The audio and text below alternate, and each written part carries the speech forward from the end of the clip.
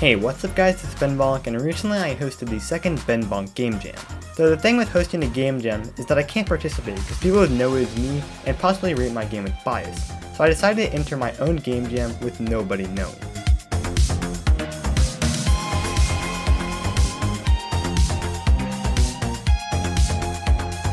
My plan was to create a fake ish.io account and enter a game from there, but first I needed a name for the account. After some thinking, I settled on the name BeansBoy72 and I started creating a fake ish.io profile. After that was done, I entered the jam and waited for it to start. A few days later, the jam started and the theme that I thought up of was limited space. I chose this theme because I thought it was very open-ended and had the potential for many different types of games. You could create a game with limited spacebar presses, a game in space, or a game where the player is cramped in a limited space. The possibilities were endless, and I was very happy to see that the majority of people really liked the theme. Now it's time to think of some ideas for a game. Even though I created the theme before the jam started, I tried my best to refrain from thinking of game ideas. So for the first 30 minutes of the jam, I was completely lost and I couldn't think of any good ideas. Though eventually I thought up of the idea where you place a rocket ship that has to maneuver through a level 3 times. But each time you complete the level restarts and it gets smaller, making the level harder to complete. Next up, I started setting up my Unity project and I got to work creating the player for the game. After not long, I had the basic player movement set up, and the controls I were going were kind of like Snake, and you can press a button and move in a direction forever until you switch directions, and you can't stop the ship after it started moving. I then made a Trello board that I barely used and started working on getting the ship to be able to crash into a wall. This was super simple as all I really did was check for the wall tag upon colliding, and if my player crashed on the wall, I would just prevent him from moving anymore. And as you can see, super basic stuff, but it worked. Next, I did quite a few things. I worked on changing the player's sprite while moving a certain direction, which I later scrapped, but that doesn't matter, scene transitions, and a very early prototype of the restart system that I had in mind. In this example, the player can reach the goal, which is the green square, and the first time the player reaches this goal, the checkmark gets set to active. Then the player must complete the level a second time, and another checkmark would be set to active. And my plan was to just replace these checkmarks with tile maps that shrink in. Finally, once my player has reached the goal for the third time, the player would move on to the next level. By now, I had a lot of the core game mechanics set up, so I took a break and started creating the rocket ship that was going to be the player. Maybe this rocket ship was a bit heavily shaded, but in the end, I think it looks really good. After I was finished creating the rocket ship, I set it up in Unity and tweaked a few parts of the movement code. I also made a very simple tile set that I thought would fit the game pretty well. After setting all of this up, here's what it looked like. My player can move around the level and successfully crash into walls. I also added a small crash effect that rotates the rocket ship upon colliding with the wall to make it seem like the rocket ship sort of bounced off the wall and fell down. The scene still had very little polish, but the game was actually looking pretty decent in my opinion, and that's what I ended my first day upon. I woke up the next day, which was Saturday, and started to work on the actual level shrinking effect. This was pretty simple to create, because I pretty much had all the code already written, and all I really needed to do was make multiple tile sets. So after I created those, my player could traverse through the level, exit the level, and the screen would shake and reset the player within a more closed space. The player would then have to beat the level again, and then once more to move on to the next level. And if the player died at any time, regardless of how closed in the walls were, the player would have to restart the whole level from scratch. Then I got to work on some very nice rocket ship animations and set up an idle animation that plays while the rocket ship is still, and a moving animation when the rocket ship is moving. Also, instead of making the game actually playable, I created some particles that act as the rocket ship's flame. It's a small effect, but I think it looks really nice, and I also made some more particles that play when the ship crashes. Another work session passed, and now the game had some post-processing effects that I think really elevate the game, a basic tutorial system, and a few basic levels to show. However, there was a major problem.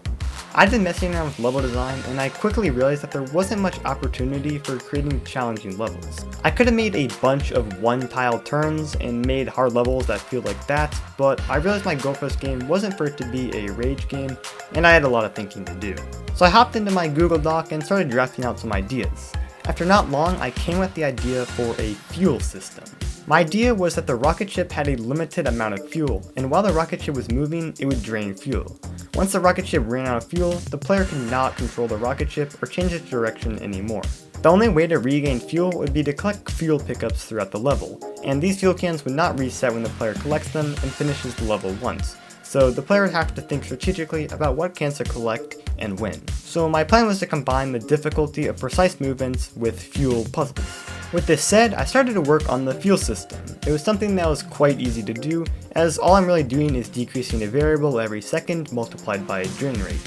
I then made it so the player can't move when they have 0 fuel left, and I also set up some UI and a simple slider, and boom. The fuel system was now in place and pretty quickly. The ship can now move around, but once it has 0 fuel left, it'll become uncontrollable. With that said, that was the end of the second day of the jam, and I had 2 more days to go. I woke up yet again bright and early, and now the game needed a way to regain fuel. So I made a simple fuel can sprite, which probably isn't my best work, but it's fine, and I set up the functionality, which is just super simple and adds 25 fuel to the player upon colliding. I also started working on a few more levels with this new mechanic in mind, and that's really what I spent most of my time doing the third day. This game had super simple mechanics, and by simple I mean really any Unity beginner could have made these mechanics. But I knew the thing that would take the longest would be level design. So yeah, as you can see, I'm just making levels here, and I did this for quite a while. I'm actually pretty happy with some of the levels I've created, so I don't want to spoil too much just in case you're planning on playing the game. But in the end, I created 10 levels in total. The first few levels were just introduction levels without the fuel mechanic, but there are a few interesting fuel levels in there. Then I created a simple start screen and an end screen. I also created some sound effects using SFXR, which is a simple sound effects maker that I love using for game jams. Now it was time for music, and this is something that I almost forgot about. I started to use BenBonk because it's fairly simple and easy to use, and I spent some time making this tune that I'll play for you now.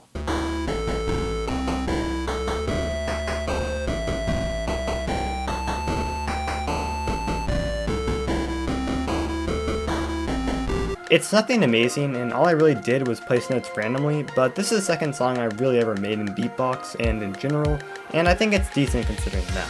I also named the game Airtight because my friend suggested that name, and I thought it sounded pretty good.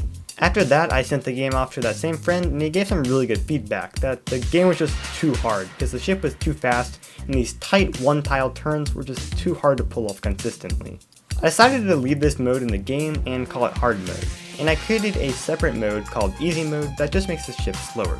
This easy mode still wasn't too easy in my opinion, but I just gave some more leeway to the players and made those tough turns a bit easier just in case you have trouble with them. And that was the end of the third day. The fourth day I didn't really do much. The game was mostly finished by now, but I did make some changes so you can switch difficulty mode mid-game by pressing space, and a few other small changes to the game in general. Finally, I made some cover art, built the game, customized the itch page, and with all that done, I submitted the game a few hours before the deadline. A few days later, the winners were announced and my game got 14th place out of 76 entries. Surprisingly, it got really held down by visuals and audio, which I did not expect, but 14th place isn't still too bad. Overall, this was a pretty fun experience, and as of writing this script, still no one has figured out that it was me that made Airtight, and I really wonder if I entered this game as myself, if it would have affected my game's rating. Well, that's all I really have to say for now, and if you're new here and like these kinds of videos, please consider subscribing or giving the video a like. I'll see you guys in the next video. Bye.